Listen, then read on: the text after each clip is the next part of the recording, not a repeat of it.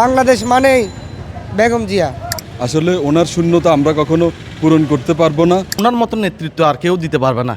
সবাইকে কাঁদিয়ে চলে গেলেন বাংলাদেশের 3 বারের সাবেক প্রধানমন্ত্রী বেগম খালেদা জিয়া, যার মৃত্যুতে শোকের ছায়া নেমে এসেছে বাংলাদেশের প্রত্যেকটা মানুষের মাঝে এবং রাজনীতির ক্ষেত্রে এক অপূরণীয় ক্ষতি সাধিত হয়েছে, যা সহজে পূরণ হবার নয়।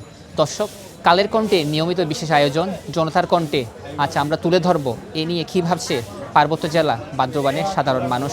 কালের কণ্ঠের এই নিয়মিত বিশেষ আয়োজন জনতার কণ্ঠে আপনিও চাইলে জানাতে পারেন আপনার স্বাধীন, মুক্ত ও নিরপেক্ষ মতামত। আপনাদের মতামত তুলে ধরতে পার্বত্য জেলা বান্দরবান থেকে আপনাদের সাথে আছি আমি রিমন পালিত।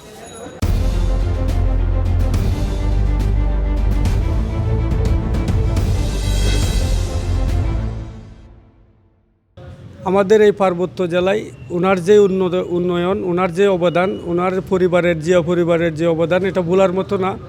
যেখানে কোনো দিন বিদ্যুৎ ছিল না দুর্গম এলাকায়, ওখানে বিদ্যুৎ পৌঁছাইছেন তিনি। যেখানে মানুষ বসবাস করতে পারে না সেখানে বসবাসের জায়গা করে দিয়েছেন। আমরা এখানে রাস্তাঘাট ছিল না সেখানে রাস্তাঘাট করে দিয়েছেন।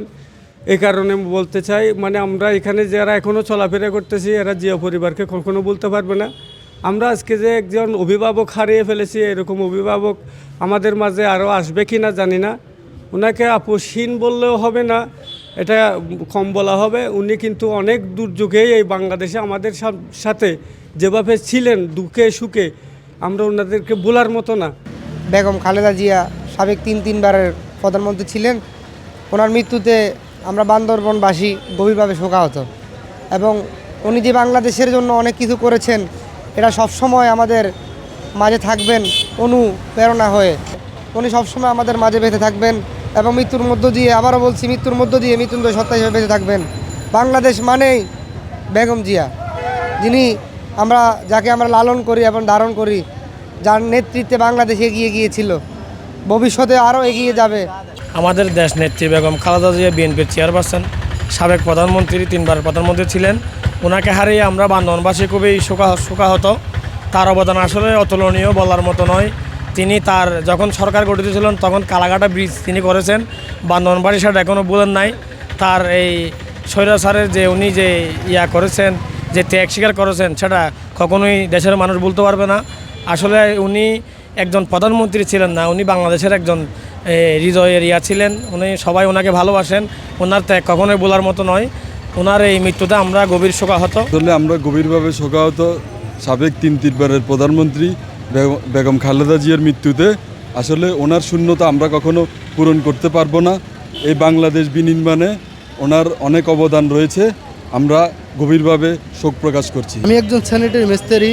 আমাদের মা দেশনেত্রী বেগম খালেদা জিয়া উনি যে ইন্তেকাল করেছেন, আমরা আজকে গভীরভাবে শোকাহত। ওনার অনেক অবদান আছে আমাদের এই বান্দরবান পার্বত্য জেলায়, এই পাহাড়ের মধ্যে।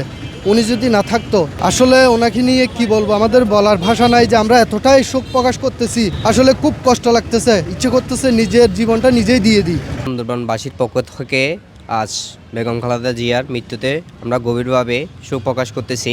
আসলে বান্দরবানবাসীর সকল মানুষের পক্ষ হয়ে আমরা শোক প্রকাশ করতেছি, কারণ উনি আমাদের 1971 সালের পর থেকে আজ পর্যন্ত অনেক অবদান রেখে গেছে।